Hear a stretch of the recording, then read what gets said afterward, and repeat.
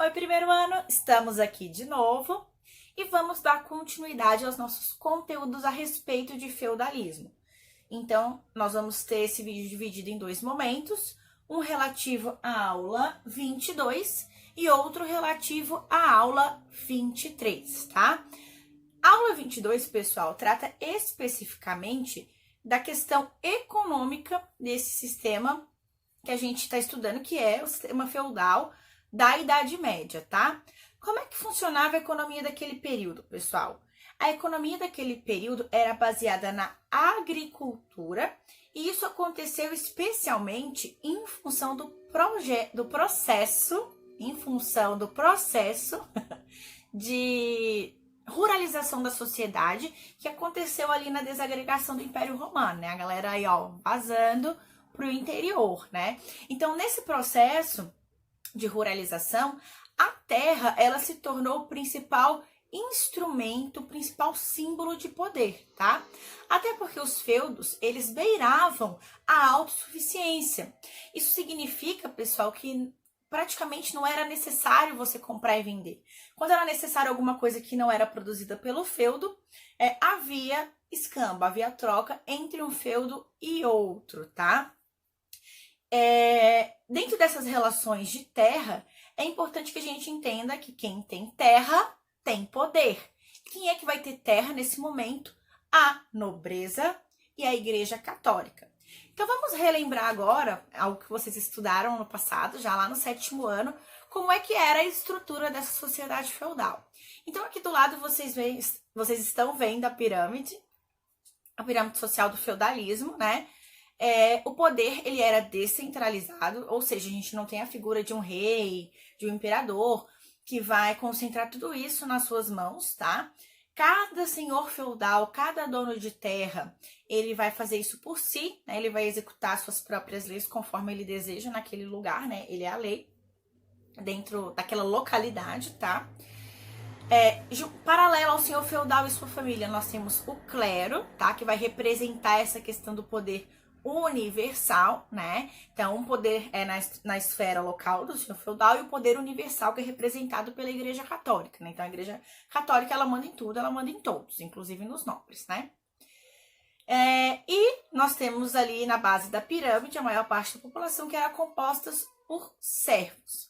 Essa relação entre senhor feudal e servo, ela era uma relação de fidelidade, porque assim, o servo, ele não pertence ao senhor, ele não é propriedade do senhor como um escravo.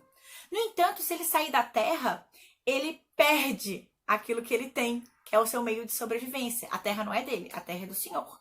Então, ele não pertence ao senhor, mas ele está ligado à terra, porque ele não consegue sobreviver sem ela.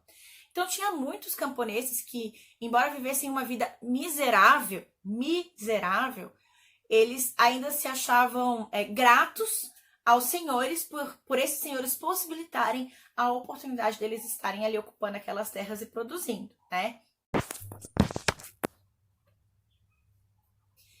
Finalizando, então, a aula 22, esses servos, dentre as funções que eles tinham que exercer dentro do feudo, eles tinham que plantar na terra que era concedida para eles, na terra do senhor feudal, que o feudo era dividido em partes, né? O manso comunal, que é a parte onde todos utilizavam lagos, bosques, pastagens. O manso servil, que é a parte onde ficavam os camponeses. E o manso senhorial, que era a parte onde ficava o castelo, o senhor e sua família, né? Então, dentre as obrigações do servo, primeiro, ele tinha que produzir na terra do senhor algumas vezes por semana.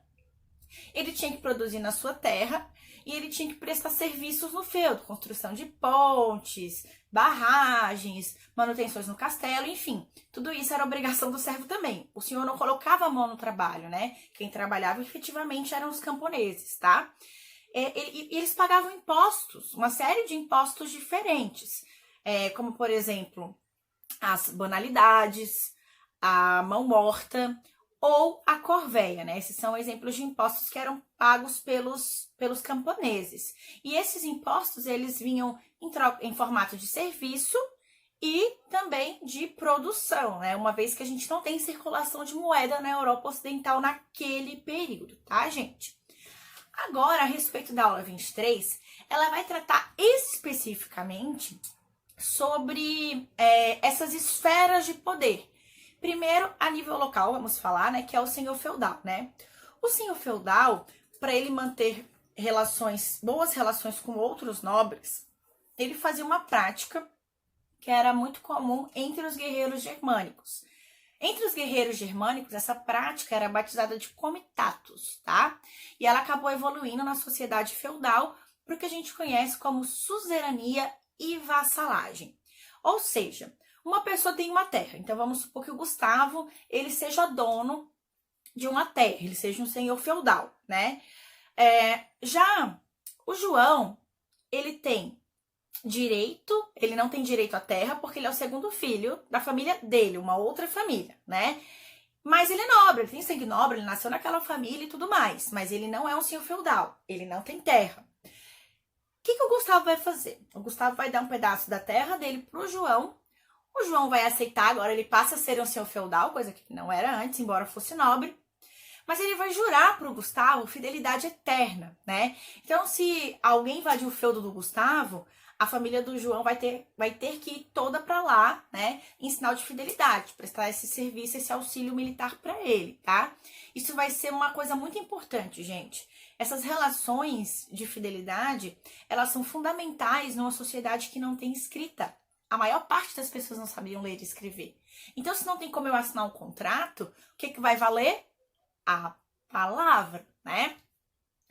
Bom, então, suzerano é aquele que doa a terra, o vassalo é o que recebe em troca de fidelidade. Essa é uma relação muito importante e vai servir para montar redes de apoio entre esses senhores feudais, tá?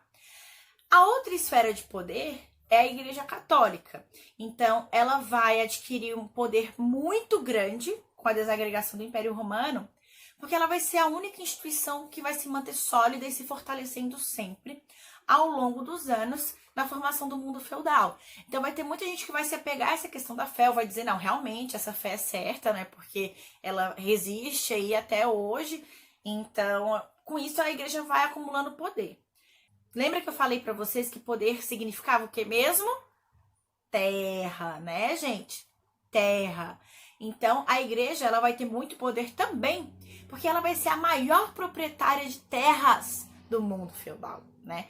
Era a maior senhora feudal daquele período. E tinha também camponeses que trabalhavam para ela e pagavam impostos para ela.